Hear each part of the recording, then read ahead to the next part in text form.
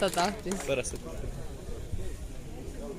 Teine koht ja hõbemedal Andreas Lünekun Pärnu Sõudeklubi.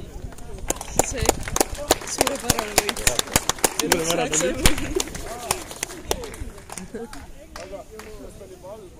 Ning